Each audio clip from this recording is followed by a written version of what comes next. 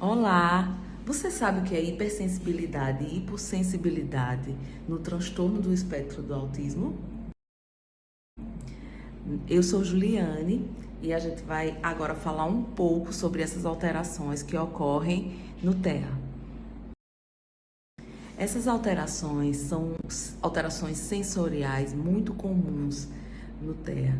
Podem ser no campo visual, auditivo, somatosensorial, pode ser no campo olfativo, na questão da sensibilidade do paladar, vestibular e sinestésico. Olá, sou Rosa Emília. Nós vamos falar sobre a hipersensibilidade, que é uma condição cuja principal característica é a fuga da criança aos estímulos sensoriais do ambiente em que ela está. Estima-se que entre 56% a 80% das crianças com TEA, elas possuem essa hipersensibilidade, não é? Ou seja, elas percebem os estímulos do ambiente com mais facilidade, não é? Além disso, como é que isso se dá, né? Eles acham as cores e as luzes brilhantes, tudo muito intenso, né? Os sons ficam mais intensos e os odores se tornam mais fortes, as sensações táteis também são interpretadas de modo mais profundo, como por exemplo, a criança, ao invés de receber, a criança recebe um toque e para ela aquilo ali é tão forte que pode até sentir dor, né? A questão da hipersensibilidade. E como é que são essas reações, né? O que é que elas provocam? Provocam comportamentos que têm como objetivo evitar, ou seja, aquela fuga que a gente falou, né? Evitar esses estímulos sensoriais. Muitas vezes os sons fazem com que elas tapem os ouvidos, encolham o corpo na presença de certos sons, evitem contato físico, então isso também prejudica bastante a questão das relações, evita tecidos e alguns alimentos, né, passam a ser seletivos. Os tecidos tem que se evitar, deixar as etiquetas que sejam tecidos confortáveis para que ela não possa se incomodar. Frequentemente também pode causar indisposição, enjoos, podem movimentar-se de forma estranha. Então, como agir com a hipersensibilidade, né? Na visual, apresentar figuras, quadros, imagens com cores naturais e constantes. Na auditiva, submeter as crianças a ritmos mais lentos, pouco falatório, porque até a própria voz humana pode incomodar muito, né? No vestibular, tudo que desafia a gravidade, girar, pular, balançar, deve acontecer de forma lenta e constante, sem movimentos abruptos. No tátil, tocá-la suavemente, perguntando se é permitido tal investida naquele momento, seja um abraço ou um toque de mão, né? Evitar vir por trás para parecer uma coisa inesperada, isso não é bom para a criança, né? Sempre vir de frente. Na questão gustativa, manter a textura e a temperatura dos alimentos e na própria percepção, manter o ritmo das ações e das atividades motoras. Falar de crianças hipossensíveis é falar de crianças que estão a todo instante em busca de estímulos muito intensos. Olá, eu sou Mara, eu sou fisioterapeuta e eu vou falar aqui para vocês um pouquinho sobre todo o contexto que envolve essas alterações sensoriais nessas crianças. E nesse caso, é a hipossensibilidade. Como já foi adiantado, crianças hipossensíveis, elas estão sempre à procura de estímulos. E esses estímulos para elas têm que ser muito intensos. Então elas costumam ser crianças muito agitadas, elas costumam ser crianças muito desajeitadas e elas fazem muita bagunça. Em contrapartida, ela vai ter muita dificuldade em expressar fome, frio, dor, cansaço e saciedade. Para essas crianças devem ser ofertados pontos visuais, para que elas entendam o que se é falado para ela naquele momento. Ofertar brinquedos sensoriais e com texturas diferentes promovem nessas crianças a sensação do mastigar e do experimentar.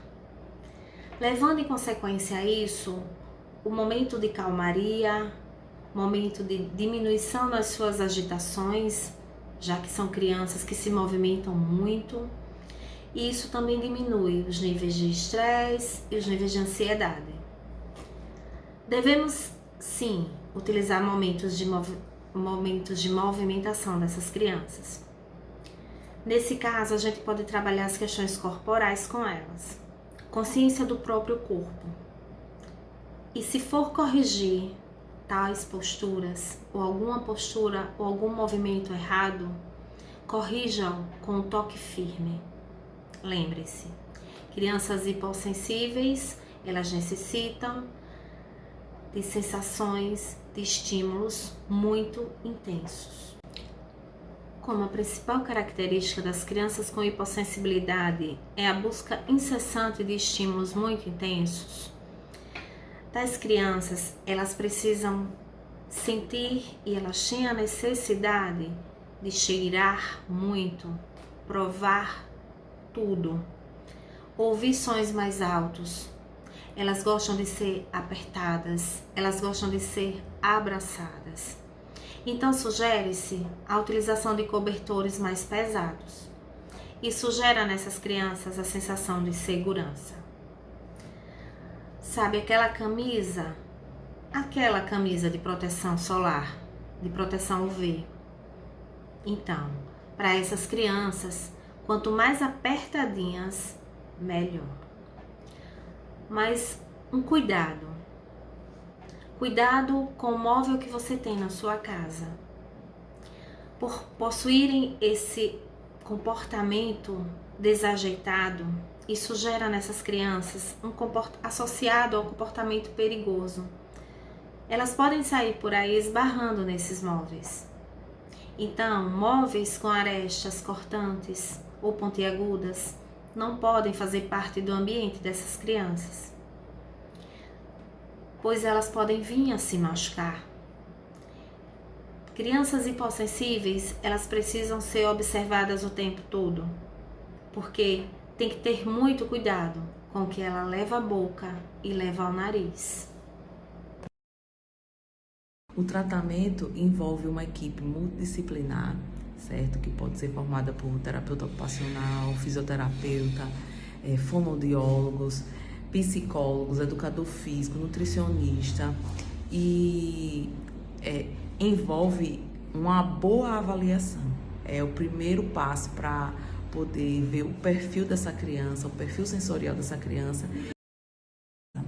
Então, o terapeuta ocupacional é o profissional mais capacitado, né? É o indicado para fazer a integração sensorial. A fisioterapia, ela pode trabalhar fazendo a estimulação, certo? E o psicólogo pode trabalhar também nessa questão da sociabilidade, das alterações cognitivas. Tem a questão da seletividade alimentar, que o nutricionista e o fonoaudiólogo podem até trabalhar em conjunto. Tem a questão da coordenação motora, que o fisioterapeuta também pode intervir. As atividades de vida diária, que o terapeuta ocupacional também pode intervir. Então, o importante é fazer a avaliação e traçar esse perfil sensorial para a gente ver qual vai ser os profissionais que estarão envolvidos no tratamento dessas crianças. Então, conhecer o perfil sensorial dessa criança vai permitir ao profissional perceber que existe uma associação direta entre o comportamento apresentado e a maneira como essa sensação é percebida no meio ambiente, né? A questão das birras ou das crises. E é importante para direcionar melhor o tratamento.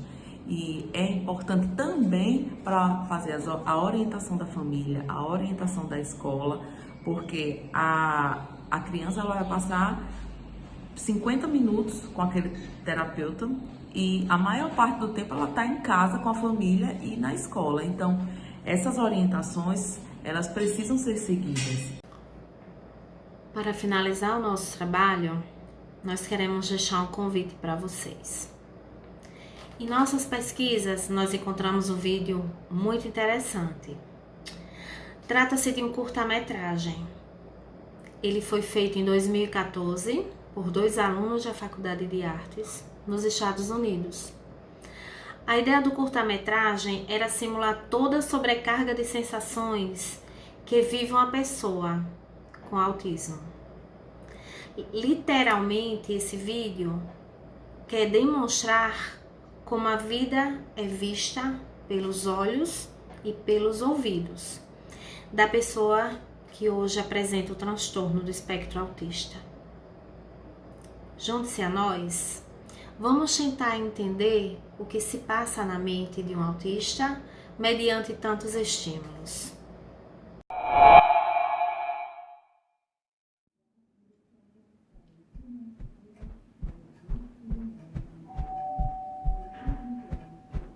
Thank you so much for coming. We've had a really rough week. Don't worry, it's gonna be okay. Hi, sweetie. How are you today? Today we're gonna play a game, kind of like the games that we played at school. Look what I got you. I know how much you like animals. Do you see this? This is a cat. How does a cat sound? Meow, meow. And look at this card, Lovey. This is a dog. How does a dog go? Woof, woof. Can you try to match these cards for me, please? No, what dogs? Hello? This is her. Yes? I'm really sorry. What? What do you mean she can't return? Where else are we supposed to go? I don't know. It's too loud. Stay with me. Let's look at this new set of cards. Too loud. Just be Try to quiet. match them for me. I don't know. No. It's okay. Lovey, this is okay. Look what I have for you. Look at this. I know how much you like this.